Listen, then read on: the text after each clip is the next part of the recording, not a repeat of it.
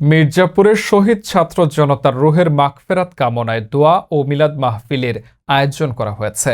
সহকর্মী আনোয়ার হোসেনের পাঠানো তথ্যচিত্রে দেখুন বিস্তারিত। বৈষম্য বিরোধী ছাত্র আন্দোলনের শহীদ ছাত্র জনতার রুহের মাগফিরাত কামনা করে টাঙ্গাইলের মির্জাপুর উপজেলার গোড়াই ৭ নং ওয়ার্ডে দোয়া ও মিলাদ মাহফিল অনুষ্ঠিত হয়েছে। বৃহস্পতিবার সন্ধ্যায় বাদ আসর আব্দুল আলিম শিকদারের সভাপতিত্বে গোড়াই ইউনিয়ন ৭ নং ওয়ার্ড বিএনপির নেতাকর্মীদের উদ্যোগে শহীদ ছাত্র জনতার আত্মার মাগফিরাত কামনা করে দোয়া ও মিলাদ মাহফিলের আয়োজন করা হয়।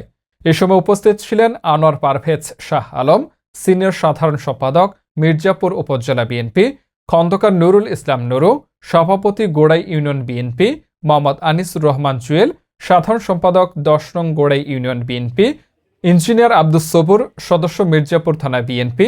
এছাড়াও দোয়া মাহফিলে সর্বসাধারণ অংশগ্রহণ করেন।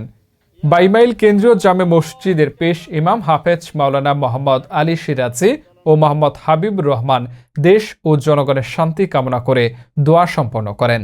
দোয়া শেষে তোবারক বিতরণ করা হয়। দৈনিক ঢাকার সর্বশেষ খবর পেতে ভিজিট করুন www.dailydhakabd.com।